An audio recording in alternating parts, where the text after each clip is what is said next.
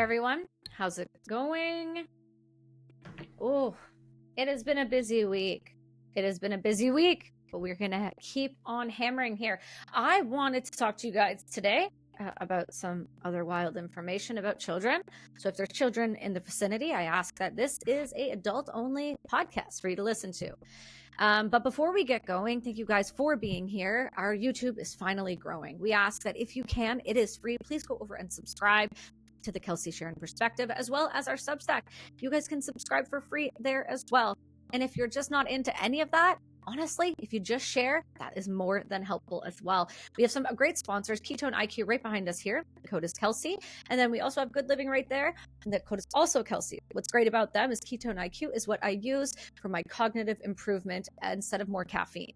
What I love so much about Good Living is it helps my brain regenerate, get better, and feel better all of the time. I've worked with them and used them now for multiple years for a reason. So let's get right into this one. I wrote a Substack on this because I don't think people really understand what's happening to the disabled and to children in Canada. So let me help educate you.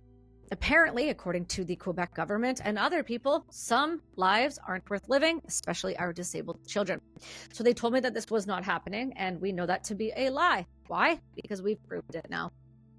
They said Canada doesn't do this, that's just conspiracy theory, Kelsi. And of course, most people try to make me look out to be crazy. But now this week, especially after my Jillian Michaels interview and some others, including my Senate testimony, it's become abundantly clear that I'm not crazy. I'm just saying the quiet part out loud.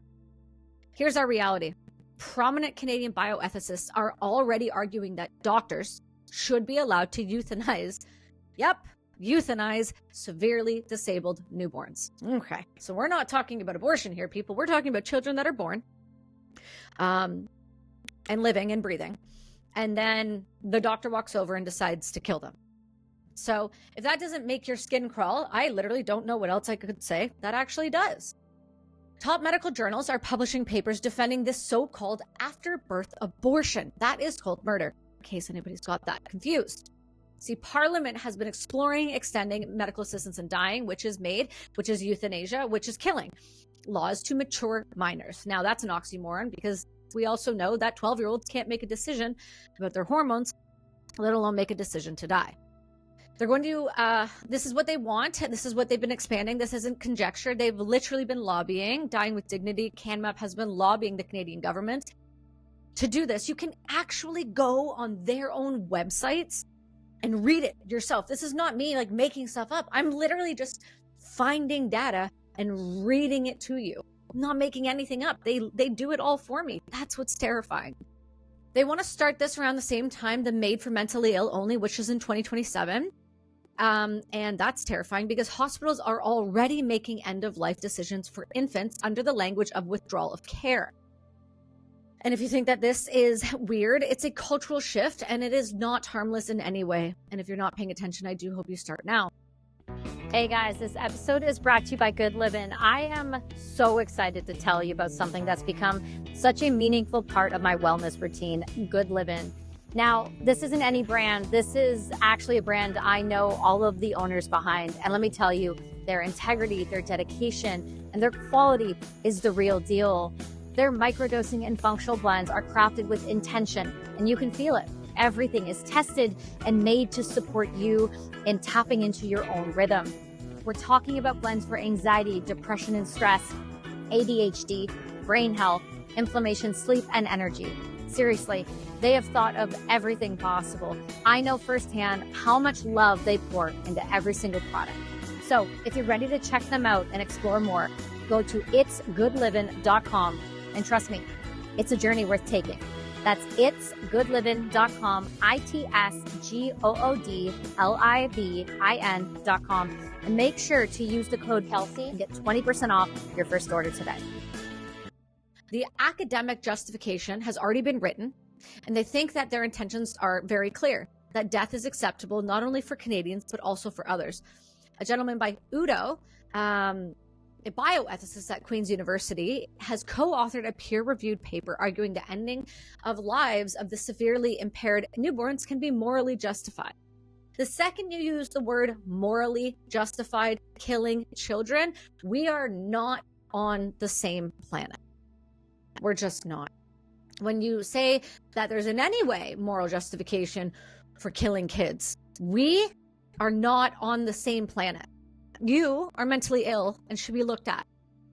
We're not letting nature take its course, not withdrawing futile treatment. We're actively ending lives. Okay? This isn't an internet rumor. Like I said, I've been telling you guys this for years, and that's what's crazy. But now you guys are starting to believe me. I don't know if you're believing me because the testimony came out or other people have been confirming it too. And I hear you. I'm just a podcaster. And so people think, yeah, this person's just doing stuff for clicks. I promise you I'm not. There's plenty of subjects I'd like to be talking about, but this one feels like the most important right now. And it also feels like if we don't do something about it right now, we are going to be in for one hell of a life. So the Journal of Medical Ethics is one of the most influential in the field and has gone even further to publishing work equating to killing a newborn with late-term abortion when a child has severe disabilities. They state, once you accept the premise that some lives aren't worth living, the rest is just paperwork. Yep, that's a real quote. If you want to sit with that one for a moment. They say that it is paperwork. It's not a big deal. So forget the parents, forget the child, forget how it makes the environment, the culture, the community, the loved ones feel. It's just paperwork, Kelsi. Whoever said that should be fired and put into a psych ward, because that tells me that you've probably killed before. And this is how the cultural shift has been happening. I've been saying this to you. Killing becomes afterbirth abortions, disabled becomes non-viable, and burden becomes quality of life. If we soften those words, we literally take the sting out. We stop flinching when we should be screaming. And right now, Canada's Maid law requires you to be 18 and capable of informed consent, but is it ever really informed consent? I argue no. I argue it's never been informed consent. And why? Well, it's very simple, my friends. It's not informed consent because they're lying to you about how they do the procedure. Furthermore, the procedure itself, after I exposed it on Jordan Peterson's podcast, has been under scrutiny because we paralyze you and drown you to death. Not my words, the words of Dr. Joel Zivit, who is an anesthesiologist and head of critical care at Emory State University, also a Canadian who has moved to America, smart move, and also somebody who has done the very first and only and largest post-mortem autopsies on lethal injection patients. So for those that say, Kelsi, I am not for the death penalty, my point to you is it's the same damn thing. So when we don't have informed consent, we can't make adequate decisions. I bet, and I would like to think, anybody who realizes that they will be paralyzed and drowned to death would maybe change their mind. That's what palliative care is for, my friends. Don't tell me you can't be comfortable. I have had plenty of nurses on who have worked forever in palliative care and have been very clear. We have had patients filled with morphine, in active dying, up walking around, laughing and enjoying their families. I know that's not always the case, but it can be the case. This episode is brought to you by Ketone IQ, and if you guys have not seen me drinking it, it has been behind me, it has been everywhere. But ketones, I want to tell you a little bit more because you ask all the time, are a powerful macronutrient and they cross the blood-brain barrier. They supercharge your brain. And not only do they do that, I have reported and seen my own sharper focus and stronger endurance in next level performance. I use them before podcasts, before keynote speeches, and before I work daily with clients and when I get on my road bike. But this is not just that feeling good type ad. This is for real. This is backed by science. And in a placebo-controlled study, Ketone IQ users saw a 19% increase in sprint power, 13% in more peak power, and 10% less fatigue. And the ketone levels spiked 5 times in just 20 minutes. So when it comes to recovery, Ketone IQ improves blood flow, muscle oxygenation, and even boosts EPO, which is critical for your stamina and the bounce back factor. So if you guys are chasing that edge, physical or mental, Ketone IQ is the shortcut to getting into those zones. Do yourself a favor, go over to ketone.com and use the code Kelsi. You're going to save 30% off your next subscription. And I do promise you, ketone is no joke. Ketone fuels the flow. And I'm telling you, it is the best thing I have ever gotten into.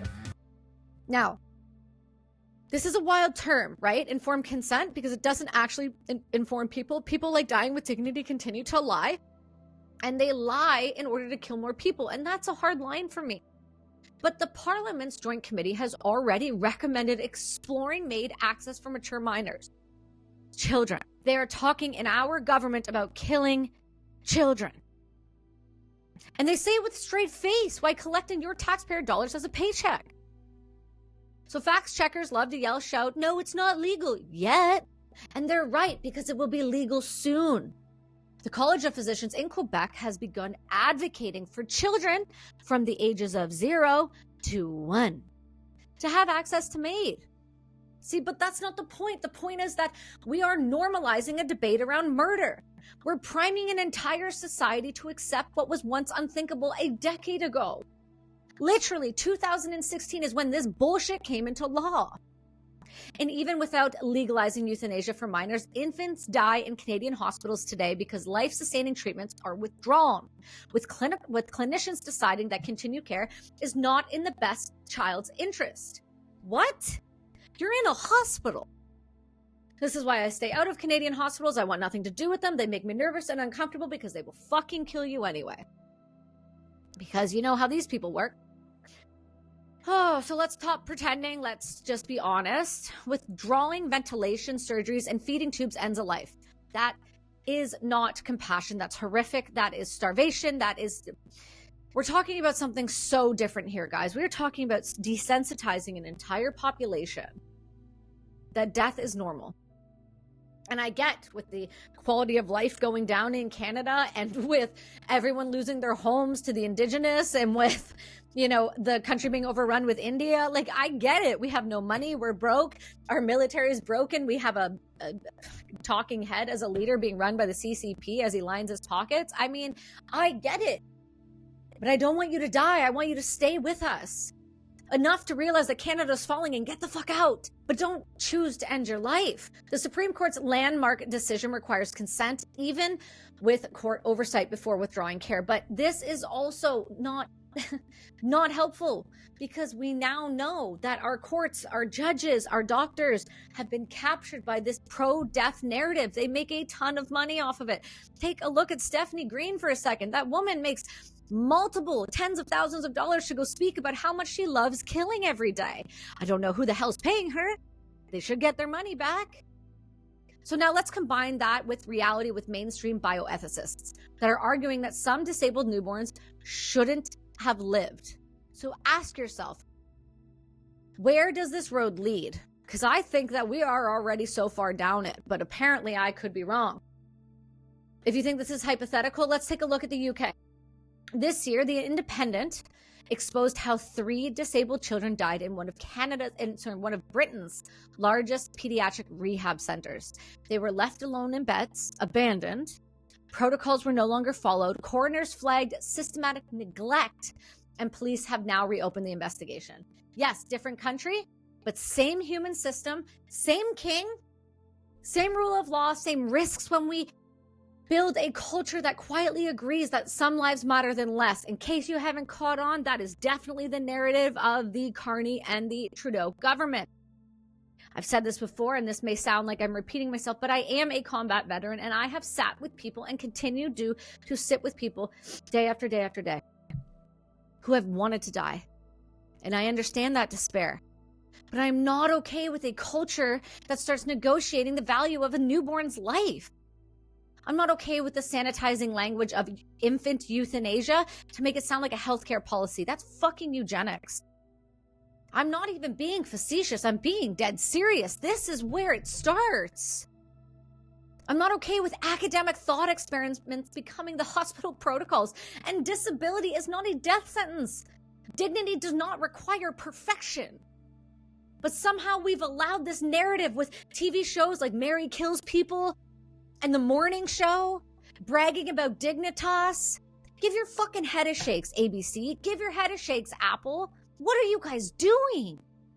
You are slow dripping. Better yet, you know what you're doing. You are slow dripping a society into believing that your murderous death cults are the answer to people's suffering. I'd argue you would never allow your loved one to do that. But to the rest of the regular civilian public, just let them have it, right? What's that saying? Let them eat cake. Except this time you mean paralyze them, drown them to death, as their own lungs fill with fluid. Awesome. You're going to hell. So for all the newborn parents, if your newborn is in a NICU, get everything in writing. Withdrawal, any sort of rational alternatives. And if you're pressured to consent, document it. Seek legal counsel. One of the court cases that has come out can give you footing on this. Also, I advised a family, the Baby Vea family, who were incredible people at Sick Kids, until we found out that the head of their PICU team had been advocating for mature minors to be killed, and he is the head of Sick Kids. So that should terrify you and tell you where they actually stand. Get audio recordings. You are allowed to record. And for these clinicians that call themselves doctors, check your biases. Quality of life judgments are not neutral, and presenting families with all options, not just an off-ramp because you lean left. You've lost your moral compass, and you need to realize that you've stopped caring. And for policymakers in media, oh my God, stop gaslighting. CBC, CTV, Global, People Magazine, give your head a shake. You guys are full of shit. You need to report on the real debates that are shaping the bioethics and care policies. And for everybody, reject the premise that some lives are disposable, full stop.